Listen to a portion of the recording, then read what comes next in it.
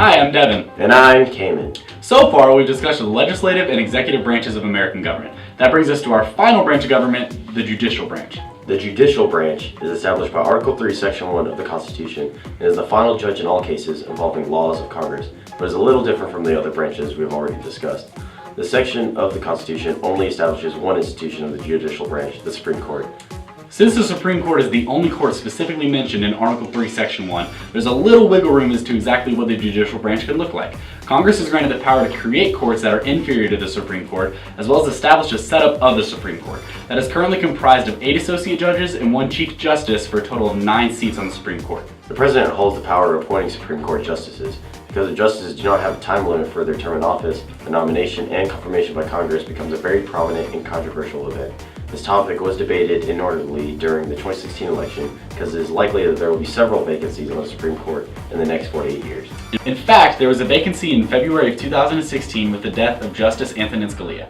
President Obama was actually blocked by the majority of Republican Congress from filling the vacancy for Justice Scalia until the election so that President Trump may appoint the next Associate Justice. Like the Associate Justices, the Chief Justice is appointed by the President and confirmed by the Senate. There is no requirement that the Chief Justice serve as Associate Justice, but 5 of the 17 Chief Justices have served on the court as Associate Justices prior to becoming a Chief Justice.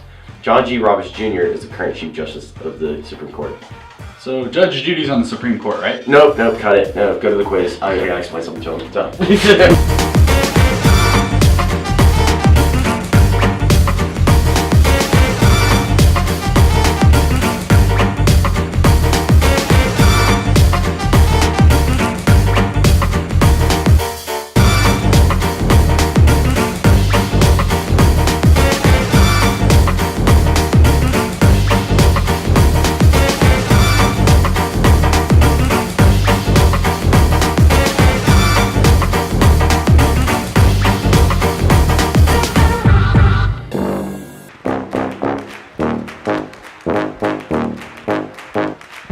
So, we've talked a lot about the Supreme Court, but that's not the only institution in the judicial branch that you should be aware of. Hopefully, we can answer the big question for you: how Judge Judy fits into all of this.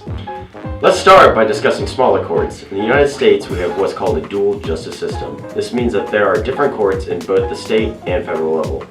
In a state court system, you have trial courts, appellate courts, and the state Supreme Court. Trials happen only in trial courts. These involve the smallest level of jurisdiction, and if those involved with the case do not like the decision, they may appeal their case to the appellate court.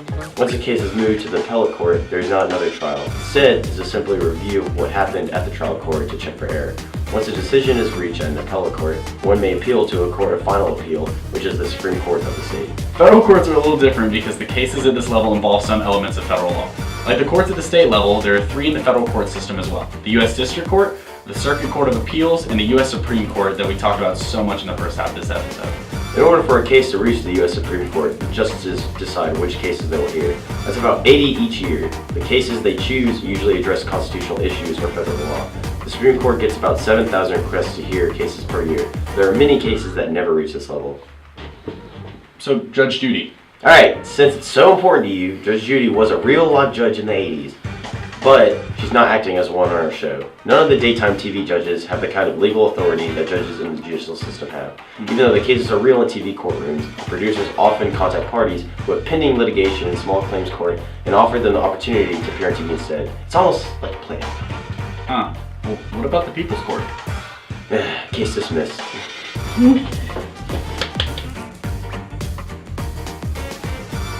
Your head's not cut off. Perfect. Yeah, well, my head. Our final branch of government, the judicial branch. The judicial... No, the desk. Well, wait. I thought you were ready. And Appellant. those of appellate courts. Like I've never never... to a court. Sorry, I'm sorry. I didn't know my words. Let's get this one perfect all the I way know. through the entire thing. Hi, I'm Devin. And I'm Cayman. Doing a bloopers reel.